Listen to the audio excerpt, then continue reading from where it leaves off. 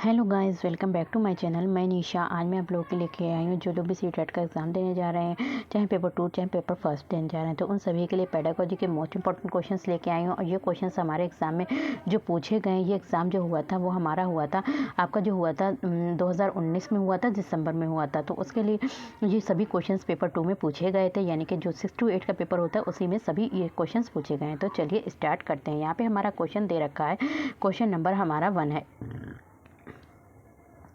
कह रहे हैं कि नूर विद्यालय में अपना लंच बॉक्स लाना भूल गई। यहाँ पे नूर क्या है, एक लड़की है। देखिए यहाँ पे हम इसको थोड़ा सा जूम कर लेते हैं। तो यहाँ पे कह रहे हैं कि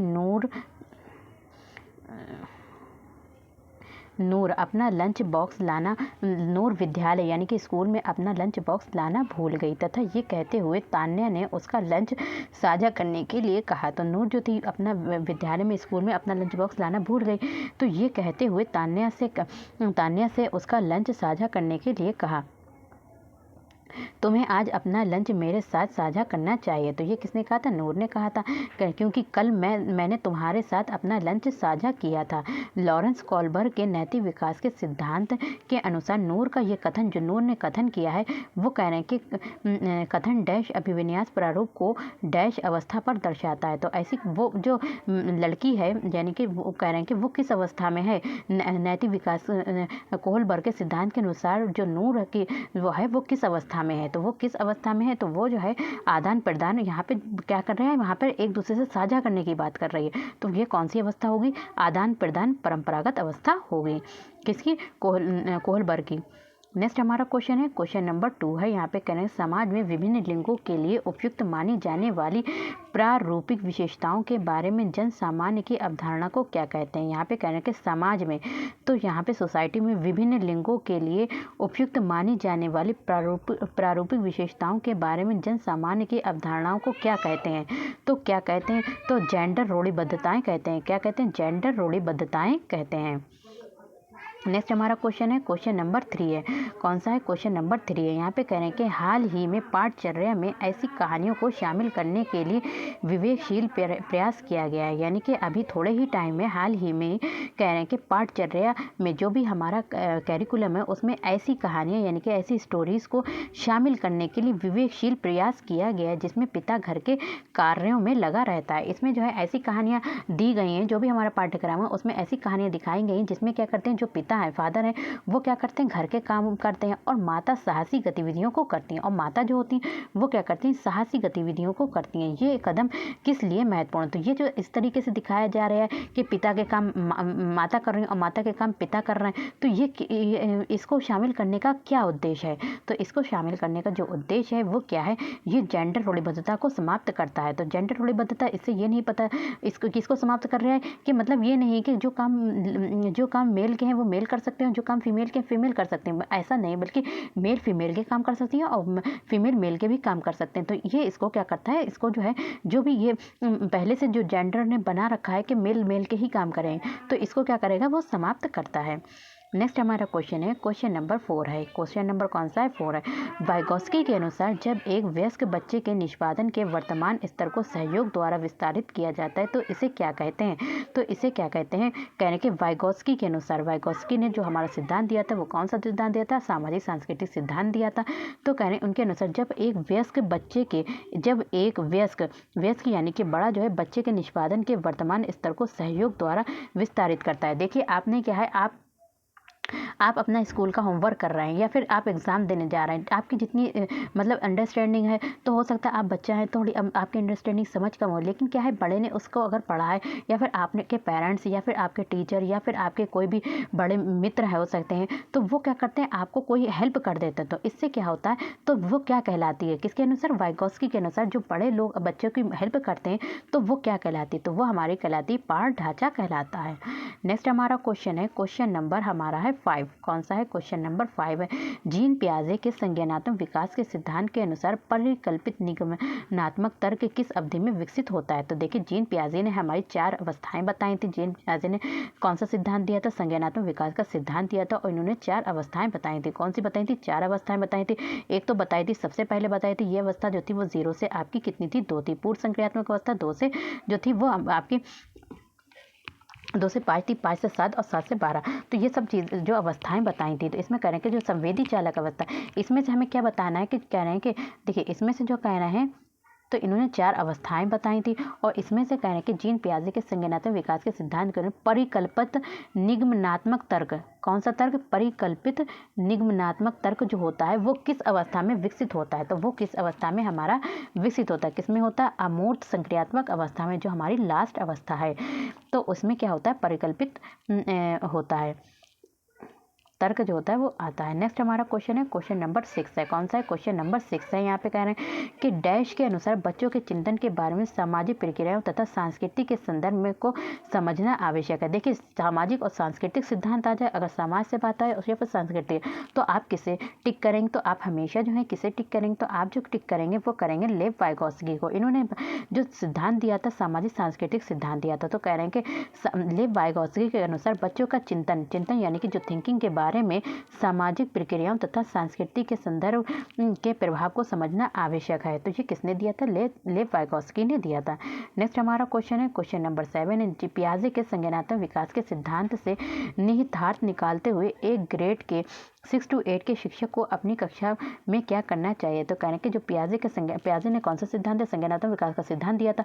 कह रहे हैं उनके सिद्धांत के अनुसार निहितार्थ निकालते हुए ग्रेड 6 to 8 के शिक्षक को अपनी कक्षा में क्या करना चाहिए? तो अपनी कक्षा में क्या करना चाहिए? तो ये कह रहे हैं कि ऐसी समस्याएं प्रस्तुत करना चाहिए जिसमें तर्क आधारित समाधान की आवश्यकता हो, बच्चा तर्क लगाकर उनका समाधान कर सके। नेक्स्ट हमारा क्वेश्चन है, क्वेश्चन नंबर 8 है। हार्वर्ड गार्डनर के बहुबुद्धि सिद्धांत के अनुसार तार्किक गणितीय बुद्धि वाले एक व्यक्ति की क्या विशेषताएं हो सकती हैं? कह रहे हैं कि जो हार्वर्ड गार्डनर के बहुबुद्धि सिद्धांत, हार्वर्ड गार्डनर ने जो सिद्धांत दिया था वो कौन सा दिया था? बहुबुद्धि सिद्धांत दिया था। इन्होंने कहते हैं बुद्धि जो होती है सभी में एक सी नहीं होती बल्कि अलग अलग बुद्धि होती है। तो उनके सिद्धांत के अनुसार कह रहे हैं कि यहाँ पे तार्किक गणितीय, कह रहे हैं कि जो तर्क लगाकर, जिसमें हम रीजनिंग को कहते हैं, तो तार्किक गणितीय बुद्धि वाले एक व्यक्ति की क्या विशेषताएं हो सकती हैं?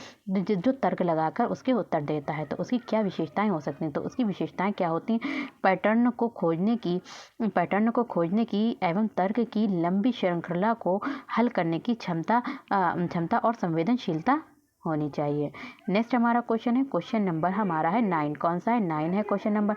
वो प्रक्रिया जिसके द्वारा बच्चे आदतों, कौशलों, मूल्यों तथा अभिप्रेरणा को विकसित करते हैं। कह रहे हैं कि वो प्रक्रिया, वो प्रोसेस जिसके द्वारा बच्चों में क्या आ जाती है? आदत यानी कि हैबिट आती है, स्किल्स आती है, मूल्य तथा अभिप्रेरणा को क्या होते हैं? डेवलप होती है। जो भी मोटिवेशन है वो डेवलप होता है बच्चों में। ऐसा कौन सा प्रोसेस?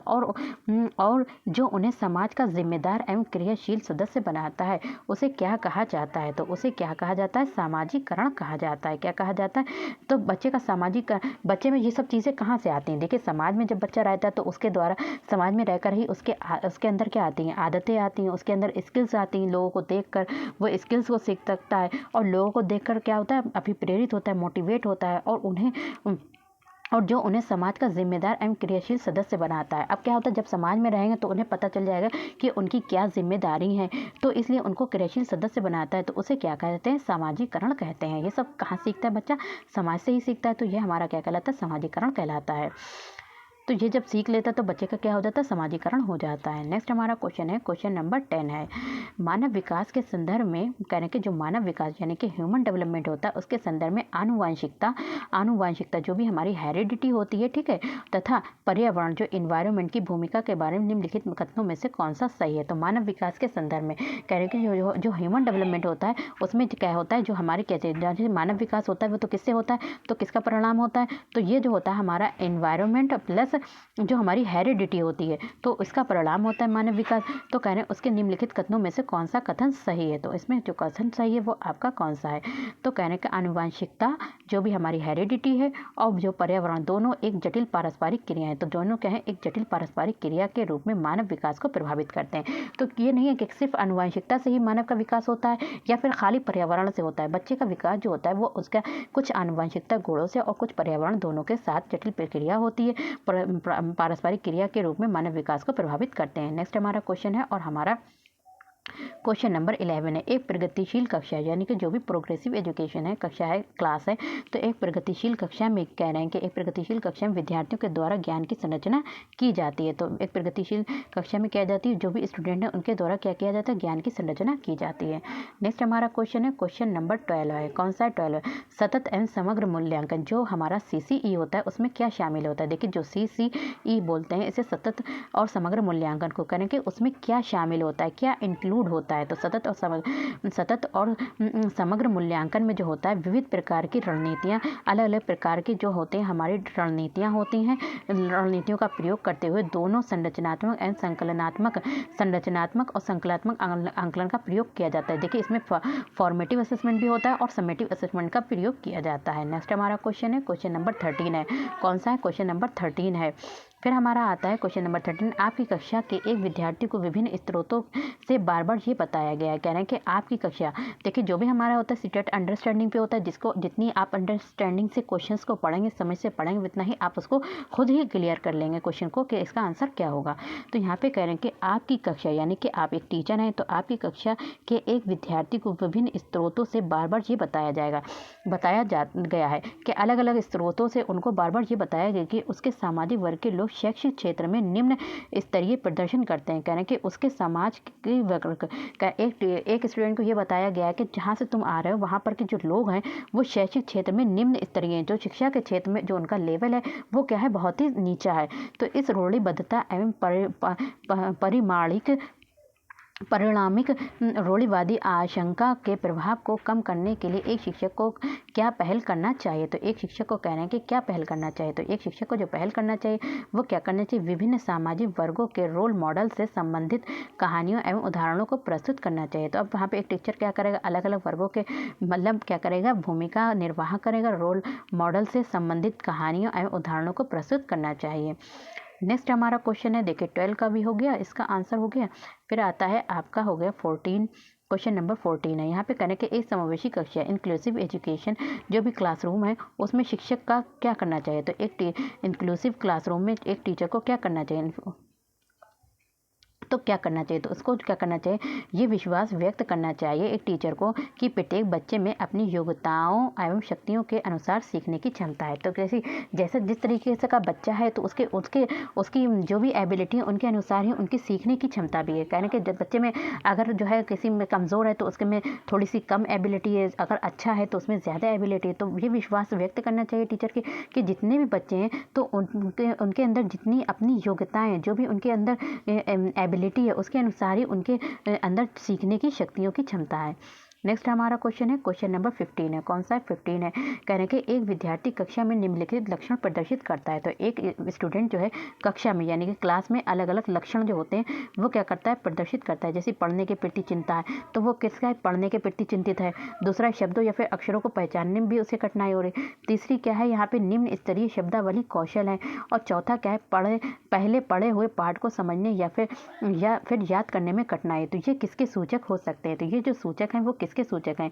अगर ये 4 चीज़ें आ रही तो ये एक सृजनात्मक विद्यार्थी के सूचक हैं। किसके सूचक, तो ये जो सूचक हैं वो किसके हैं, अधिगम आवश्यकता वाले विद्यार्थी हैं। जिन बच्चों में अधिगम आवश्यकता होगी तो उन सब में क्या क्या होंगे, विकार जो होंगे क्या क्या होंगे, पढ़ने के प्रति चिंतित होंगे वो बच्चे, शब्दों या फिर अक्षरों को पहचानने, शब्द या फिर ये कोई भी जो वर्ड होते हैं या फिर कोई भी लेटर्स होते हैं तो उनको पहचानने में भी कठिनाई होती है।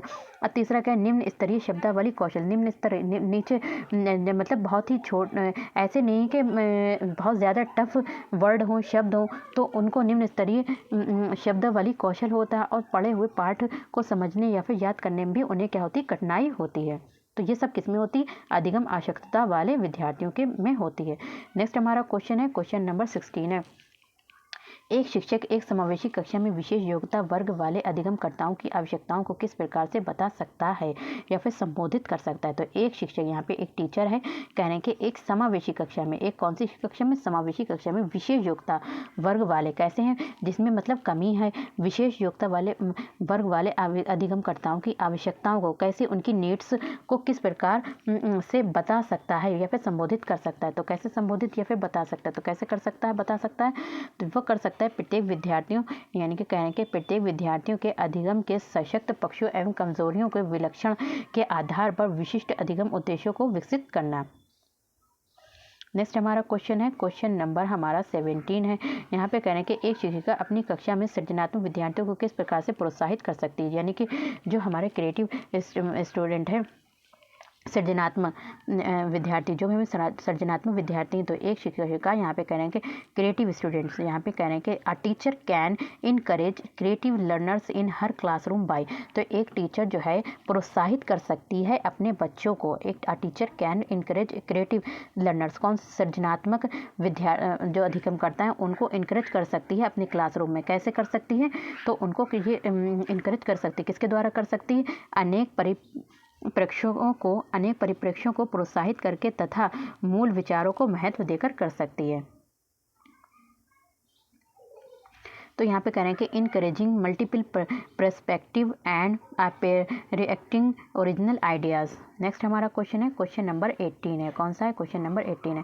निम्नलिखित में से कौन सा कारक कक्षा में सार्थक अधिगम का पक्ष लेता है। तो कक्षा में कह रहे हैं कि कौन सा कारक जो है क्लासरूम में सार्थक अधिगम का पक्ष लेता है। तो सार्थक अधिगम का कौन सा पक्ष लेता है, तो अगर इसको देखें तो which of the following factor supports meaningful learning in the classroom. तो विच ऑफ द फॉलोइंग, इनमें से कौन सा फैक्टर है जो सपोर्ट करता है बच्चों को मीनिंगफुल लर्निंग, यानी कि यहाँ पे कह रहे हैं कि मीनिंगफुल लर्निंग यानी कि सार्थक अधिगम में, लर्निंग में, क्लासरूम में सार्थक अधिगम में कौन करता है, उसको पक्ष लेता है, का पक्ष लेता है। तो कौन पक्ष लेता है, यहाँ पे जो आंसर होगा वो आपका कौन, विषय वस्तु तथा बच्चे के संपूर्ण कुशल क्षेम एवं अधिगम के प्रति सच्चा सरोकार रखना। नेक्स्ट हमारा क्वेश्चन है, क्वेश्चन नंबर है 19। कौन सा है, निम्नलिखित में से कौन सा प्रभावशाली समस्या समाधान रणनीति का एक उदाहरण है। तो प्रभावशाली, कौन सा प्रभावशाली समस्या समाधान, यानी कि जो भी समस्या आती है उनका समाधान का क्या उदाहरण है। तो जो उदाहरण वो क्या है, तो क्या है, तो साधन साध्य विश्लेषण, साधन साध्य विश्लेषण समस्या को अनेक उपलक्ष्यों में विभाजित करना। साधन साध्य विश्लेषण, और जो भी हमारी प्रॉब्लम्स है उनको उपलक्ष्यों में क्या कर लेंगे, हम छोटे छोटे उपलक्ष्यों में विभाजित करके उनका समस्या का समाधान कर सकते हैं। नेक्स्ट हमारा क्वेश्चन है, क्वेश्चन नंबर 20। निम्नलिखित में से कौन सी शिक्षण अधिगम के लिए एक प्रभावशाली शिक्षण प्रणाली नहीं है। तो कह रहे हैं कि निम्नलिखित में से कौन से शिक्षण अधिगम यानी कि टीचिंग लर्निंग के लिए एक प्रभावशाली शिक्षण प्रणाली नहीं है, एक इफेक्टिव टीचिंग जो भी सिस्टम है नहीं है। तो कौन सा नहीं है, teaching strategy, effective strategy for teaching learning. तो कौन सी नहीं है, तो कौन सी नहीं है यहाँ पे क्वेश्चन नंबर हमारा 20। तो कौन सी नहीं है, तो दिए गए ज्ञान को दोहराने पर ध्यान केंद्रित करना। नेक्स्ट हमारा क्वेश्चन है, क्वेश्चन नंबर 21 है। यहाँ पे कहीं शिक्षक कक्षा में पढ़ने में ध्यान न देने वाले बच्चों से किस प्रकार बर्ताव कर सकते हैं। देखिए, शिक्षक कक्षा में एक टीचर है, तो क्लासरूम में जो है पढ़ने में ध्यान न देने वाले बच्चे, कुछ बच्चे हैं जो क्या करते हैं, वो पढ़ने में ध्यान नहीं दे रहे हैं, तो उनके साथ कैसे एक टीचर जो है वो कैसा बर्ताव करेगा। तो एक टीचर जो है उनके साथ कैसा बर्ताव करेगा, तो उनसे बात करके उनकी अरुचि का कारण जानेंगे। अब क्या करेंगे कि मतलब हम उनसे क्या करेंगे, बात करेंगे। कुछ बच्चों को हम पढ़ा रहे हैं तो वो पढ़ा रहे हैं, बट कुछ ऐसे बच्चे हैं वो पढ़ने में ध्यान नहीं दे रहे हैं, तो हम उनसे क्या करेंगे, हम उनके पास जाएंगे और उनसे बात करेंगे और उनकी अरुचि का कारण जानेंगे कि ऐसा क्या है, आपको क्या इंटरेस्ट जो भी है आपको अच्छा नहीं लग रहा है जो हम पढ़ा रहे हैं, तो ऐसा क्या कारण है, आप उसको कारण को बताओ जिसके कारण आप नहीं पढ़ रहे हैं। नेक्स्ट हमारा क्वेश्चन है, क्वेश्चन नंबर 22 है। यहाँ पे कह रहे हैं कि संरचनावादी उपागम बताता है। कौन सा उपागम, यहाँ पे संरचनावादी उपागम, यानी कि यहाँ पे हम जो है यहाँ पे इंग्लिश में देखते हैं कि संरचनावादी constructivist approach suggest that dash is crucial for constructing knowledge. तो कह रहे हैं संरचनावादी उपागम बताता है कि डैश ज्ञान की संरचना के लिए अत्यंत आवश्यक है। तो ज्ञान की संरचना के लिए क्या आवश्यक है, तो अत्यंत आवश्यक है। तो ज्ञान की संरचना के लिए अत्यंत आवश्यक क्या है, विद्यार्थी का पूर्व ज्ञान, यानी कि विद्यार्थी की प्रीवियस नॉलेज जो है वो ज्ञान के लिए क्या है, अत्यंत आवश्यक है। नेक्स्ट हमारा क्वेश्चन है, क्वेश्चन नंबर 23 है। बच्चे अनेक घटनाओं के बारे में सहजानुभूत सिद्धांत की संरचना करते हैं। तो अनेक घटनाओं यानी कि जो भी इवेंट्स होती हैं, अनेक इवेंट्स होती हैं, उनके बारे में सहजानुभूत सिद्धांत की रचना करते हैं। इस पृष्ठभूमि में अनेक शिक्षक को क्या करना चाहिए, तो इस पृष्ठभूमि में अनेक शिक्षक को क्या करना चाहिए, संवाद के द्वारा बच्चों की इन अवधारणाओं को चुनौती देनी चाहिए। नेक्स्ट हमारा क्वेश्चन है, क्वेश्चन नंबर है 24। कौन सा है? Question number 20। संज्ञान एवं संवेग के बीच किस प्रकार का संबंध होता है? तो संज्ञान और संवेग के बीच जो होता है, जो संबंध जो होता है वो कैसा होता है? तो संज्ञान और संवेग के बीच जो संबंध होता है वो कैसा होता है? द्विउद्देशीय होता है। दोनों के बीच एक गतिशील पारस्परिक क्रिया होती है। नेक्स्ट हमारा क्वेश्चन है, क्वेश्चन नंबर 25। निम्नलिखित में से कौन से कारक अधिगम को प्रभावित करते हैं? यानी कि लर्निंग को कौन से कारक जो होते हैं वो प्रभावित करते हैं? तो कौन से कारक लर्निंग को जो है वो प्रभावित करते हैं? तो कौन कौन प्रभावित करते हैं? विद्यार्थियों की अभिरुचि भी लर्निंग को प्रभावित करती है, विद्यार्थियों का सांवेगिक स्वास्थ्य भी क्या करता है, और शिक्षा शास्त्रीय रणनीतियाँ, और क्या विद्यार्थी का सामाजिक एवं सांस्कृतिक संदर्भ, ये सभी क्या करते हैं? अधिगम को क्या करते हैं? प्रभावित करते हैं। नेक्स्ट हमारा क्वेश्चन है, क्वेश्चन नंबर 26। निम्नलिखित में से क्या ज्ञान के सार्थक संरचना की प्रक्रिया का एक महत्वपूर्ण पहलू है? तो निम्नलिखित में से क्या कहने के इसमें से क्या जो है वो ज्ञान के सार्थक संरचना की प्रक्रिया का एक महत्वपूर्ण पहलू है? तो कौन सा एक महत्वपूर्ण पहलू? सामाजिक पारस्परिक क्रियाएं। क्या है? सामाजिक पारस्परिक क्रियाएं। नेक्स्ट हमारा क्वेश्चन है, क्वेश्चन नंबर 27 है। यहाँ पे कह रहे हैं कि जब विद्यार्थी पुरस्कार पाने की इच्छा से बार बार किसी गतिविधि को करने का निर्णय लेते हैं, कह रहे हैं कि जब विद्यार्थी जो होते हैं पुरस्कार पाने की इच्छा से बार बार किसी गतिविधि करने का निर्णय लेते हैं, जैसे कि एक प्रयोग का नियोजन एवं संचालन करना जो कि प्रत्यक्ष रूप से उस गतिविधि से संबंधित नहीं है, जैसे कि एक स्टार या फिर बैच प्राप्त करना, ऐसी स्थिति में क्या संभावना उत्पन्न होती है? तो ऐसी स्थिति में संभावना क्या है? अधिगम के प्रति भौतिकवादी अभिवृत्ति का विकास। जैसे कि यहाँ पे एक क्वेश्चन चाहे आपको ना समझ में आए पर अच्छे से समझा दें कि जब विद्यार्थी पुरस्कार पाने की इच्छा से बार बार किसी गतिविधि को करने का निर्णय लेते हैं, तो देखिए बच्चे क्या है, बच्चे को ऐसा है कि बच्चे को हमने ये दे दिया कि ऐसा कर लिया कि आप ये काम कर लेंगे तो मैं आपको चॉकलेट दूंगी, एक चॉकलेट दूंगी। अब क्या है, बच्चे जो है जो काम कर रहे हैं तो वो चॉकलेट लेने के लिए ही कर रहे हैं। तो इससे क्या होगा, जो अधिगम के प्रति भौतिकवादी अभिवृत्ति का विकास हो जाए कि वो जो लर्निंग कर रहे हैं वो सिर्फ फिजिकल मतलब कोई भी चीज़ को लेने के लिए कर रहे हैं, ना कि मतलब अपने खुद के लिए कर रहे हैं, अपनी नॉलेज के लिए कर रहे हैं। किसके लिए कर रहे हैं बताएं? बल्कि कर रहे हैं भौतिकवादी अभिवृत्ति का उनके अंदर विकास हो रहा है कि वो चीज़ों को लेने के लिए, चीज़ों को प्राप्त करने के लिए क्या कर रहे हैं? अधिगम कर रहे हैं। नेक्स्ट हमारा क्वेश्चन है, क्वेश्चन नंबर 28 है। बाल अवस्था की अवधारणा से क्या अभिप्राय है? तो बाल अवस्था की अवधारणा से जो हमारा अभिप्राय है वो क्या है? तो बाल अवस्था की अवधारणा से जो अभिप्राय है, यहाँ पे कह रहे हैं कि समकालीन सामाजिक संरचनावादी मनोवैज्ञानिक के अनुसार ये एक सामाजिक संरचना है। नेक्स्ट हमारा क्वेश्चन है, क्वेश्चन नंबर हो गया यहाँ पे, ये पहला हो गया। नेक्स्ट हमारा क्वेश्चन है, क्वेश्चन नंबर है 29। निम्नलिखित में से कौन सी मध्य बाल अवस्था की विशेषता है? तो मध्य बाल अवस्था की जो विशेषता है, कैरेक्टरिस्टिक्स है, वो क्या है? तो वो क्या है? तो मध्य बाल अवस्था में क्या होता है, बच्चे तार्किक एवं मूर्त रूप से सोचना प्रारंभ कर देते हैं। तो तार्किक रूप से, जैसे कि यहाँ मूर्त चीज़ों को देखा उसके बारे में सोचना शुरू कर देते हैं, ठीक है। जैसे कि आपने बच्चों ने क्या देखा, एक टीवी देख ली या फिर पेन देखा, तो उसके बारे में देख के चीज़ों के बारे में सोचना प्रारंभ कर देते हैं, या फिर तर्क लगाकर चीज़ों के बारे में सोचना क्या करते हैं? प्रारंभ कर देते हैं। अब हमारा लास्ट क्वेश्चन आता है, क्वेश्चन नंबर है हमारा 30। परिवार एवं पड़ोस बच्चों के सामाजिकरण की क्या है? तो परिवार और पड़ोस जो होता है, जो अभी हमारी फैमिली होती है और पास पड़ोस होते हैं, वो सामाजिकरण की यानी कि बच्चों का जो सोशलाइजेशन होता है वो कैसी एजेंसी है? तो वो जो है हमारी प्राथमिक एजेंसी कहलाएगी, जबकि जो विद्यालय आता है वो हमारा द्वितीयक एजेंसी में आता है। तो इसमें मैंने 30 क्वेश्चंस आपके कंप्लीट करा दिए हैं। जिन लोगों ने इससे पहले की वीडियोस नहीं देखी तो वो भी मेरे चैनल पे जाकर देख लें। मिलते हैं नेक्स्ट वीडियो में, और जो भी आपकी जो क्लासेस चल रही हैं उनको अच्छे से अभी से रिवीजन करते रहिए।